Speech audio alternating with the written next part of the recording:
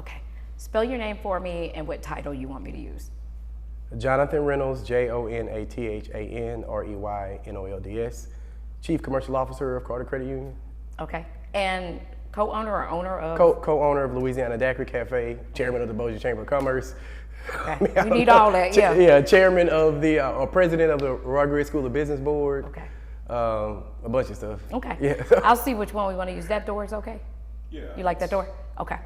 To get it wide. Okay. All right, Jonathan, how long has La Daiquiri been here? And do you want me to call it La Daiquiri, so many people do, or Louisiana Daiquiri? Okay. Louisiana Daiquiri. Okay, how long has it been here? We opened in March of 2019. Okay, so I remember when you were getting it ready with Lamar and David. What made you pick this area of Shreveport? So, as you stated, Lamar Fluker's very involved in real estate. He has giant construction realty squads. I've been in banking at this point 24 years, but at that time, probably I guess 20 years at that time. So he called me, he had found the building. He said, hey man, I want you to come check out this building. I came down, I'm thinking he's calling me with my banker hat for financing or whatever. And I was like, yeah, it's interesting, it's cool, I like it, good neighborhood. Like it has, opportunity for renovation and you get a return on your investment. He was like, no, I want you to partner in purchasing the building. I was like, oh. So put my business hat on and I was like, well, what did you have in mind to do with the building? He said he didn't know, he just thought it was a cool building. And I suggested we invite David into the conversation, and I suggested that we open a daiquiri bar, not a to-go daiquiri place, but an actual daiquiri bar, because I graduated from University of New Orleans, season ticket holder to the Saints. I'm in New Orleans all the time, and I just remember in school, the daiquiri bar was a vibe. It was in the community, it brought the community together, it was a good time. Of course, you imbibe and have, but it still was, it was cool. So, and we didn't have anything like that here. And daiquiris evolved in Louisiana, but we never, in North Louisiana, we didn't have a good representation of that experience. So I wanted to allow the opportunity for us to do that in Shreveport, and that's how it started. So you're a Shreveport native. Tell me what you remember about downtown. At one time, it was really vibing. It was vibrant. Do you remember the fall? A little bit, yeah. So I'm a Shreveport native, grew up in Queensboro neighborhood on West College. Remember growing up, going downtown, there was always festivals and events and restaurants and bars. There used to be a McDonald's on Texas Street. And just over the years, the businesses started to decline. The nightlife used to be great, and then it started to decline as well. I would say it probably was maybe mid-2000s is when you really started to see it fall significantly. I remember when they first developed the Red River District with the casinos, and temporarily it was very exciting. You had Wet Willie's down there, you had MacArthur Steakhouse, and other restaurants, and it was a tourist attraction. And I guess in efforts to keep it safe or whatever, and maybe to make it, to keep out certain elements of the community for whatever the reason is, it turned folks away and eventually became less attractive of a place. But let's not fool ourselves. Our Northwest Louisiana community, we're on a population decline. And so as you get more and more professionals moving away from an area, then you lose that opportunity for additional discretionary capital to spend on things of entertainment nature. So that may have contributed to it as well. Was this area that we're in front of on Milam, was that very successful with black businesses back in the day? The Texas Avenue that we're here? Uh-huh. Yes. Back in like the 70s, even mid 80s, this was a booming area for African American professionals. They used to have a symphony over here. They had, I think First National Bank was here. This building used to be Commercial National Bank. So it was an inclusive part of downtown. It used to be called the West End. So it was kind of away from downtown, but it was where African Americans could come and be comfortable and safe and have a good time. And over the years, it kind of, deteriorated. Do you feel like investing into this area is like kind of bringing it back? I mean, this is a safe establishment. We see it every weekend. People are having fun. They come here to watch the game. If they are not at the game, they have birthday parties here, celebrations here. Yes. So I feel like our spot is kind of a community safe space. We have, elected officials have come and hung out with us. We've had, I think all of the mayors at some point have been here. and fellowshiped and enjoyed the experience. We also have whatever segment of the community you represent are able to come here, have a good time, vibe with the local DJs. We have live bands. Of course, it's hot in Louisiana, so serving daiquiris is a cool and refreshing. It's non-threatening, and people know that when they come here, there's no judgment, and you can have a good time and share the experience and tag all your friends. And it became, and because we were unique in what we do, we kept it authentic. When we bought this building, it was not in the condition that it's in currently. It was significantly deteriorated. The roof had fallen in. And that's how we have the courtyard that's behind you. We cut out the ceiling of it and allowed it to remain pretty much in its current condition, but made it a courtyard and cut some holes in the walls to create openings for people to come. The indoor area where the main bar is used to be where the bank, Commercial National Bank teller lines and offices were. This space that we're in now was kind of like a conference room for the bank. So we kept the exterior in much of the condition, its original condition as possible, and some of the interior, while still making it such that you can connect, because you have two indoor areas, a courtyard and a patio. And then we make the best use of all the spaces, including the parking lot. We have parking lot parties, because people like to be outside, you like to connect with your environment, and we encourage and motivate it. Motivate people to do that. Yeah, the history is amazing in here. Let's talk about 20 years from mid-2000s. I'm a 50 Cent fan, I'm a Master P fan. I grew up listening to them. You probably did too. Absolutely. When you hear that there's a possibility of him coming here, what do you think? I'm excited about it. Did you think it was going to happen? Absolutely. I'm probably one of the more optimistic people when it comes to Shreveport. I'm always speaking positive. I don't listen or become influenced by the negative. Like I said, I'm a native of Shreveport. A lot of my friends that I grew up with that went off to college, many of them didn't come back. And they always like, well, Jonathan, why'd you go back? I'm like, well, somebody has to come back and be, a mentor, a leader, and show what success looks like over the years. So when I heard there was interest and I got a chance to meet with him and talk with him, he was very genuine and authentic in his interest in coming here. He came to this space and visited. He was blown away by it. He saw the opportunity for investment. He saw the opportunity for creating and renovating and improving and enhancing and using his network and his tools and leveraging that to bring attention to this community. And of course, it's a business move. Louisiana has a film tax credits. Northwest Louisiana is not as expensive to produce films as it may be in South Louisiana, because New Orleans is already a tourist and almost its own community and world of its own. So it's more expensive to do things there. And he has relationships with people here, and relationships matter. And so if you have somebody that you trust saying, hey, look, this is a great community to invest in, you'll tend to listen and at least take that risk. Yeah. What is he like? I heard he likes to smile. He likes to smile. He's a prankster. He's a joker. He likes to laugh. I don't know if you ever follow him, but I mean, he's very very business minded. I mean, he pays attention. He's aware of what's going on. He doesn't always say what he's thinking, but he's a cool guy to be around for sure. What does he think of Shreveport? He loves it. Shreveport welcomed him in his first visit before he met everybody. When he was meeting the folks that brought him in and their circles, everybody welcomed him, and it wasn't like, oh, you're a celebrity, let me just, it wasn't that kind of interaction. It was like, what are your plans? What do you like to do? Here's who I am, here's what I do. And he listens, he takes notes of that. And he continues to meet people, and he welcomes the entertainment and the engagement and interaction. But he's super down to earth, just a regular guy with, a regular wealthy guy nonetheless. But I think some people attach him with his music that he produced decades ago. And yes, that's a part of who he is, because that's his background and his history, but he's more of a businessman than anything. Right. From the vitamin water to the production studio to the movies that he's been in and the ones that he's produced. But he makes, he tries to make sound business investment, and he puts people around him to help make sure that those things make sense. And he doesn't have a manager. He manages himself. He has an attorney, and then he has people that runs the different segments of the industries that he's involved in. Amazing. And he does not seem selfish, and I say that because I've seen him on different pages, and then you particularly, the weekend of your birthday, I think, you guys were kind of going back and forth. You were putting like the conversation between him and yourself, and he just seemed like he was so happy for you right. that it was your birthday, and you're like happy about humor and harmony, right. But yet he's saying, look, when they get tired of downtown, I'm going to send them to you. Right. That was the message that he had basically said from the beginning.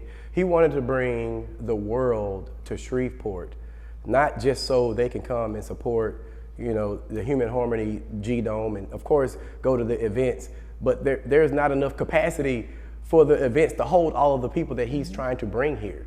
He's bringing attention to Shreveport so that when the folks come here, they can support the local artists, the local DJs, the local MCs, the local venues. Of course, Human Harmony is first thing. Everybody wants to go downtown, and we encourage that because we need downtown to thrive. We need them to have a great time and a great experience. But when they come back, and they keep coming back, they need to experience what's local and unique to Shreveport. And Louisiana Daiquiri, of course, is one of those places, and all the other places around Shreveport, Bossier, as a matter of fact, have a lot to offer, and he wants people to see that because it's a hidden gem. For a while, we had violent crimes, homicides, back to back to back, day after day after day. When this festival came, a lot of people were reluctant. They thought it would bring more crime to the area, but there was no violent crime. There were no murders since July 26. What does that mean? That means a lot. That tells you the potential that we have as a community, right? That tells you that with the right strategy and plan placed together, with the right level of security and law enforcement involvement, then we absolutely will have safe experiences. He spent a tremendous amount of capital on making sure it was safe, but he also spent a tremendous amount of capital to make sure you had a good time. And because that weekend happened the way that it did, it said, hey, we can do more of these. We can do more of these and larger of these. We can do more of these in other places all around Northwest Louisiana, Shreveport, Bossier, what have you. It meant a lot that the first time it was done right. It meant a lot that the first time it shocked the world. It meant a lot that the first time people are still talking about it. DJ Envy is still talking about it. Gary Owens is still talking about it. All of the entertainers that came here many of them had never heard of Shreveport. Wow. And weeks later, they're still saying, man, how amazing Shreveport is. And the community, the citizens of Shreveport, did what they were supposed to do. They went out and supported the businesses. They had a good time. They didn't do any crazy shenanigans. And they continued to talk positively about it. They were hospitable to our guests. When people come in your house, be hospitable, welcome them, make sure that they enjoy themselves so they can come back and tell people how great their experience was. And that'll help drive economic, engines here, because now people are like, man, I think I may want to come in Shreveport and invest. Yeah, I was a little nervous with our folks here. Okay, are we finally getting to the point where we're coming back? We're finally coming back. Yeah, I believe so. It takes steps, but we definitely moved the needle during Human Harmony Weekend, and we just have to keep that going. We'll hear certain folks try to interject and integrate some negativity in it. You just gotta, just ignore that noise and continue to speak positively about the experience that you had. Because it was more people had positive experiences than those that had negative. And don't give those negative experiences the amount of attention that we need to give the positive experiences. What do you say about the people who were negative before it even started? Hopefully they learned their lesson. And sometimes you can't change everybody. Some people are just negative. Let them be negative. That doesn't mean they have to influence how you behave and how you communicate and how you act. I'm around negative people a lot, but you would never know it when you talk to me because that's who they are. And I'm not here to change who a person is. What I'm here to do is be positive and try to create opportunities for myself, my family, my friends, and other folks in Shreveport, and to create positive experiences. Did you see any benefit, economic benefit from Humor and Harmony coming here? Absolutely. There were some people that came into this market that were coming for that. Like I said, I had my birthday day party on Saturday, and we had some people that came by on Saturday just to celebrate me.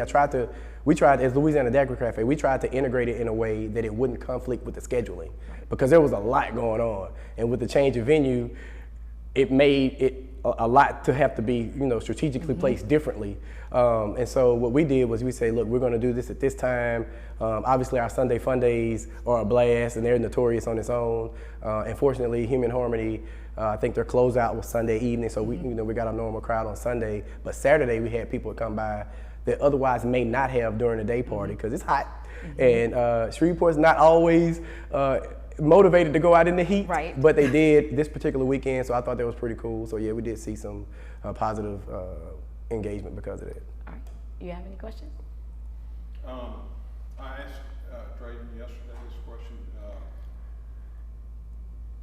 it really was, usually when you've got a packed small venue, it's a lot more fun than a wide, big venue that has the same number of people. Right. So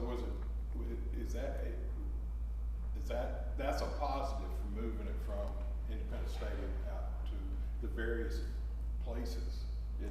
Yeah, I would say it's a positive moving it from Independence to Municipal and the Dome and the District for a few reasons. One, those places that he moved it to are a little bit cooler than being outside at the Independence Stadium. So the weather, absolutely. But yes, people like to, for some reason, like to be close together. Maybe it's human nature because you can, there's energy and synergy there. We experience it here in Louisiana Daiquiri a lot. We'll have all this space and we'll have an outside party, but folks tend to come and be really close together. But it's because people like to interact. It's just human nature to want to feel close. It's a nurturing effect, maybe, I don't know. But yes, moving it downtown allowed folks to actually navigate to the different experiences easier and quicker. It made it walkable, which is always important to, because if you have to drive places, it takes away a little bit, so if you're already on a high from one experience and then you can get to the next experience within a few minutes, then now you're just building on that high that you already had and not having an opportunity for it to decline or for you to get another distraction and then maybe miss out on something. And because of the timing, there was opportunities to support other businesses that were, close in proximity to the festival. That's what I liked about it. What can you talk about? I know you can't talk about exactly what he's going to do in the future, but what do you feel? Not what he's doing, but what will this bring in other businesses like a really nice boutique hotels downtown, or you see where I'm going? Right. With that? Yeah. Obviously, he's already said he's going to build a dome permanently. Everybody knows he's, he's renovating and building and expanding the production studio. He's going to make films and movies, et cetera, here. Those are going to create a significant amount of jobs that pay well. Many people don't really realize or know like all of the line items on a production. It's more than just the actresses and actors. You have folks that have to produce the sets, you got the camera folks, you got people that are maintenance, you got caterers and things of that nature. Well, we have a lot of those industry experts here in this community, so it'll create opportunities for them. Yes, there's going to be need for additional housing. We already have a housing shortage, so now we're going to have additional need for housing. There will be needs to increase hotel accommodations. We saw what Human Harmony did; all the hotels were sold out. If he's going to continue to produce those level of festivals, and including our existing festivals, they will get more attention because those things just create a synergy. Like the more attention you bring to one environment or one particular event, it brings attention to the other events that are around. And I think with the other things that are happening in our community between SLB, Amazon, Global Seamless has a manufacturing facility in Mansfield. They're going to be hiring people from Shreveport. We're going in a direction that we're creating more jobs, creating more well-paying jobs, and hopefully his attention and his entertainment experience will bring more attention to bring more people here. So I think that we're going the right direction. It's a tremendous amount of opportunities in multiple segments, multiple industries, and then the businesses that are not even downtown, but like, ours and others, will see residual benefits from those types of things happening. All right. Listen, what was the biggest surprise from that afterwards? You're going like, what surprised me? That was crazy what happened. Yeah. Or just what the biggest surprise out of all of it? So interestingly enough, besides the G-Dome and how phenomenal it was and the level of technology that was used to do the things that he did on the outside. I mean, he changed the look of it on the outside like daily and multiple times during the day. But even inside, if you ever video the inside of that G-Dome, if you were there from your phone and then you go back and look at your phone, those images are actually 3D on your phone. It's crazy. But what really surprised me the most was on Saturday, there were so many people, they had to shut down downtown. They were like, downtown is at capacity. I'm 49 years old. I don't ever recall downtown being at capacity and still being safe, mind you. Still being safe. and I thought that was just amazing. You know, the other thing that surprised me is the level of self-esteem that was implemented as a result of this experience. You know, you had people that were like, he even showed some of the videos of some of the folks that he hired, giving them an opportunity to, you know, get a job, generate some income to help support their families when they otherwise may not have been able to get an occupation to do that. You see people talking positively about Shreveport on all social media platforms. You see all the local DJs that participated saying different things, and they're continuing to share their experiences. I remember watching a video of DJ Lex and all the different views and feeds that she got, and I was like, man, that's dope. You know, I remember Tina B, who's probably one of your folks that you're going to interview, sharing all the different things that she was interacting with. I remember DJ Yoshi sharing some things that happened when he was at Bally's and Sam's Town. And so you have all these people sharing nothing but positive experiences about their interactions with the Human Harmony Weekend. And then it also showed people how to be creative about their brand, how to be creative about their skill sets and the tools that they have so that they can market themselves, whether they were directly integrated with the Human Harmony or not. But because we had people in this market, you know, you had stylists and this and that were able to use their businesses to provide their services to people that otherwise would not even know they exist. It was amazing. Thank you. That was so good.